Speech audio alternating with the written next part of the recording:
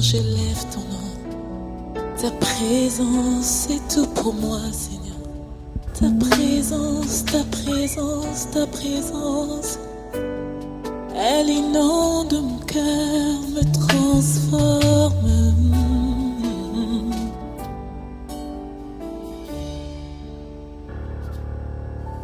Ta présence, c'est le ciel pour moi.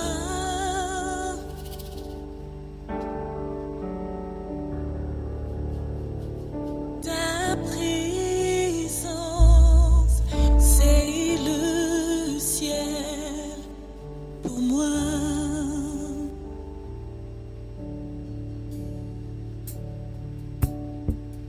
Ta présence, c'est le ciel pour moi.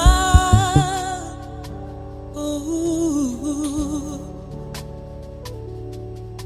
Ta présence, c'est le ciel pour moi.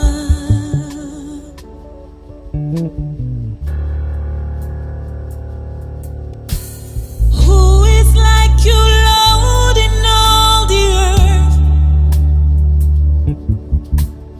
Matchless love and beauty, endless worth. Nothing in this world can satisfy me. 'Cause Jesus, you're the cup that's won't run dry. Your presence is heaven to me. Oh God, your presence is heaven to me.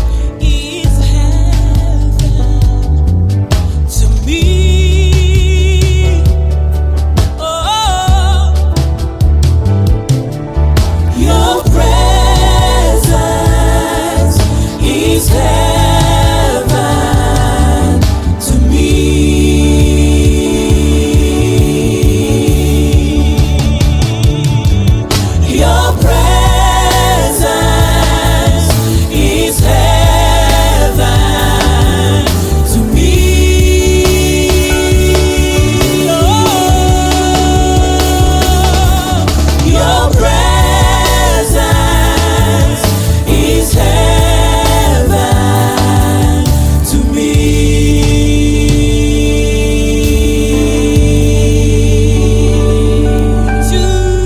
To me.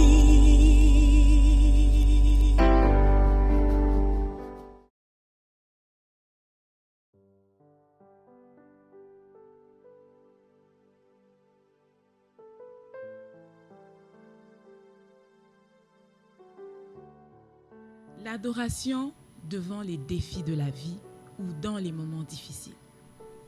Nous avons chacun une définition particulière de l'adoration. Certains diraient que c'est le fait de se prosterner devant Dieu. D'autres diraient c'est le fait de dire à Dieu ce qu'il est pour nous. Et encore plus, c'est dire à Dieu tout notre amour pour lui. Et moi, j'aime dire que c'est toute une vie qu'on donne à Dieu. C'est l'aimer, c'est le servir, c'est se soumettre à lui, c'est s'abandonner à lui. Mais il nous arrive, lorsque nous sommes en phase difficile ou devant un challenge, de penser que la meilleure façon d'en sortir, c'est de pleurer, de crier à Dieu ou de se lamenter. Et lorsque ça ne change pas, on devient tellement frustré que même la force ou le désir ou l'élan pour prier, pour adorer, diminue ou arrive même des fois à disparaître. Alors que lorsqu'on prétend aimer Dieu et ne dépendre que de lui, on devrait accepter les étapes et les processus par lesquels Dieu décide de nous faire passer. Il m'est arrivé, bien-aimé, à un moment donné de ma vie d'enfant de Dieu, de me sentir épuisé par les défis de la vie. Dieu m'avait fait des promesses fermes et j'avais décidé de multiplier les actions selon mon intelligence pour rencontrer le plus tôt possible les choses que Dieu m'avait promises. Mais malgré toutes mes tentatives, mes projets, tout ce que je mettais en place, rien ne marchait. Et bien évidemment, la frustration avait commencé à me remplir. De plus en plus, je devenais amère. Et tout cela avait impacté mes moments intimes avec Dieu, mes moments de prière, mes temps d'adoration. Je pense que tu dois comprendre de quoi je parle, parce que peut-être que tu es déjà passé par là, ou même tu es en train de passer par là maintenant. Moi, pour ma part, je ne savais plus quoi dire à Dieu lorsque je m'approchais dans sa présence.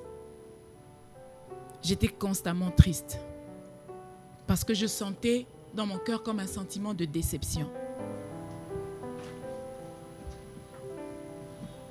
Je n'arrivais plus à prier régulièrement. Mais toutes ces frustrations bien-aimées n'avaient rien résolu. J'avais beau me fâcher, refuser de rester longtemps dans la présence de Dieu, j'avais beau bouder, mais ça ne résolvait aucun problème. La situation a été la même. Alors à un moment donné, face à tout ça, je m'étais décidée de revenir à Dieu.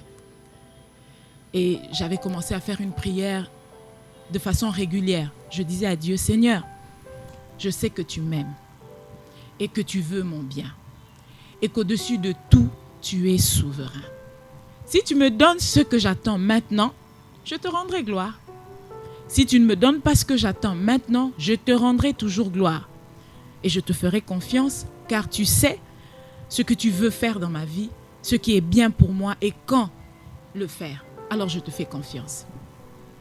Bien-aimé, j'avais simplement compris qu'une autre forme d'adoration, surtout dans ces moments-là, c'était de se soumettre à Dieu, de lâcher le contrôle, de lâcher prise, de m'abandonner totalement à Dieu, à lui, et accepter le processus et le travail qu'il avait commencé à faire dans ma vie.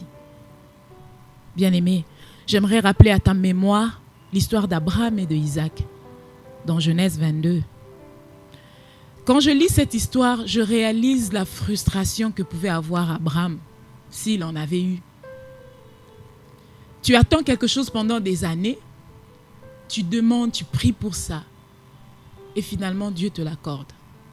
Aussitôt il te l'a accordé, après quelque temps, il décide de te le reprendre.